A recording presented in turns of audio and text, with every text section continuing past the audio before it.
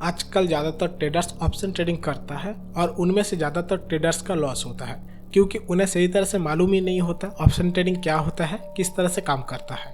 इसलिए दोस्तों इस वीडियो में हम लोग सिंपल लैंग्वेज में समझने की कोशिश करेंगे ऑप्शन ट्रेडिंग क्या होता है और किस तरह से काम करता है, CEPE क्या होता है।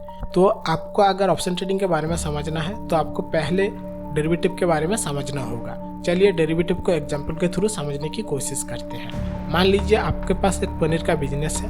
अब पनीर का जो प्राइस है वो डायरेक्टली डिपेंड करता है दूध की प्राइस के ऊपर। अगर दूध का प्राइस ज़्यादा होगा तो आपको पनीर का प्राइस ज़्यादा रखना पड़ेगा, अगर दूध का प्राइस कम होगा तो आपको पनीर का प्राइस कम रखना पड़ेगा। तो यह पनीर जो होता है वो होता है डेरिवेटिव जिसका प्राइस दूध के ऊपर डिपेंड करता है।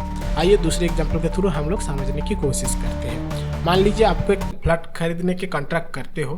फ्लैट की वैल्यू 50 लाख है जिसे खरीदने के लिए आप 1 लाख एडवांस दे देते हो।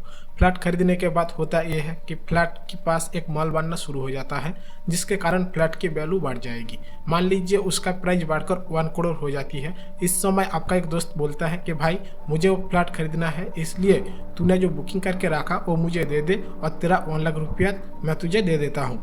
तो क्या आप उससे 1 लाख लेके अपना बुकिंग दे दोगे? नहीं ना दोस्तों, क्योंकि आपको भी पता है और आपके दोस्त को भी पता है फ्लैट की वैल्यू बढ़ने से जो कॉन्ट्रैक्ट है उसका भी वैल्यू अब बढ़ चुका है। इसलिए आप अपने दोस्त को कहेंगे कि देख भाई मेरा फ्लैट का वैल्यू 50 लाख से बढ़ गया है, इसलिए मैं तुझे एक कॉन्ट्रैक्ट 3 लाख में देता हूँ जिससे आपको 9 लाख का प्रॉफिट होगा और आपका दोस्त भी एक कॉन्ट्रैक्ट ले लेगा क्योंकि वो से आपको 10 लाख देने के बाद फ्लैट का जो वैल्यू रहेगा वो 50 लाख रहेगा, यानी उसे 60 लाख टोटल देना पड़ेगा और उसे 1 करोड़ का एक फ्लैट मिल जाएगा। तो इस केस में ये जो 1 लाख वाला कॉन्ट्रैक्ट है ये डेरिवेटिव होता है जो फ्लैट की वैल्यू पे डिपेंड करता है। आप मान लीजिए फ्लैट की पास फ्लाईओवर चला जाता है जिसके लिए उस फ्लैट की वैल्यू गिर गया तो ऑब्वियसली 1 लाख का कॉन्ट्रैक्ट की जो वैल्यू है उसका प्राइस भी गिर जाएगा। आपको समझ आ गया डेरिवेटिव क्या होता है। तो ऑप्शन जो है वो डेरिवेटिव का ही एक पार्ट है जो कि अपनी वैल्यू किसी स्टॉक, कमोडिटी, करेंसी या फिर इंडेक्स जैसे निफ्टी 50 इंडेक्स और बैंक निफ्टी इंडेक्स से ड्राइव होता है। तो मान लीजिए आप एक ऑप्शन कॉन्ट्रैक्ट बाई करते हो जो निफ्टी 50 से ड्राइव करता है। तो इस केस में 2 पॉसिबिलिटीज है। पहला, अगर निफ्टी 50 का प्राइस बढ़ेगा तो कॉन्ट्रैक्ट का वैल्यू बढ़ेगा, अगर प्राइस गिरेगा तो उस पर्टिकुलर ऑप्शन कॉन्ट्रैक्ट का वैल्यू भी गिरेगा। तो आपको समझ आ गया डेरिवेटिव कैसे होता है। आप जो ऑप्शन है वो डेरिवेटिव का ही एक पार्ट है, लेकिन ऑप्शन में जो ऑप्शन बायर है यानी जो खरीद रहा होता है उसके पास एक कंडीशन होता है कि उससे उसका कॉन्ट्रैक्ट को पूरा करना है या नहीं, लेकिन जो सेलर्स होता है उसे हर हाल में कॉन्ट्रैक्ट को पूरा करना होता है। वही फ्लैट वाला एग्जाम्पल से समझते हैं। मान लो आप एक फ्लैट खरीदना चाहते हो जिसका प्राइस 50 लाख है और आपको पता है कुछ दिन के अंदर यह एक मॉल बनेगा जिसके कारण फ्लैट की वैल्यू बढ़कर 1 करोड़ होने वाला है, लेकिन आपके पास अभी 50 लाख नहीं है। तो आप चालाकी दिखाते हुए 1 लाख का बुकिंग अमाउंट डालकर बिल्डर को कहते हो जब मुझे फुल पोजीशन मिलेगी मैं इसे ले लूँगा। लेकिन आप मन ही मन जानते हो आपके पास 50 लाख नहीं है। आप ये भी जानते हो यह मॉल बनेगा तो इसका प्राइस बढ़कर 1 करोड़ हो जाएगा।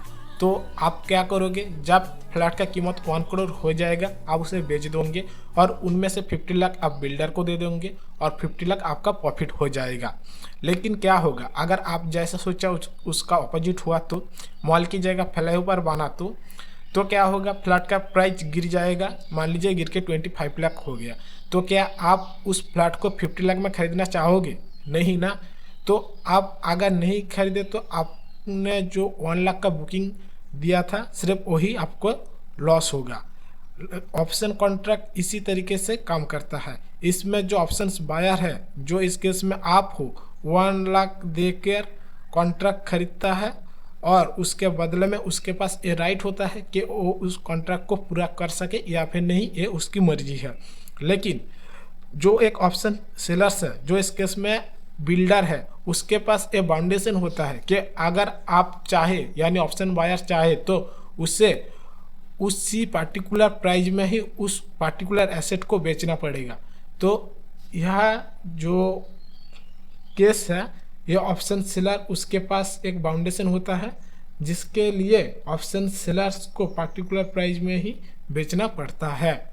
तो इस केस में ऑप्शन बायर का यही एक फायदा होता है। तो आपको समझ आ गया होगा ऑप्शन सेलिंग क्या होता है और ऑप्शन बाइंग क्या होता है।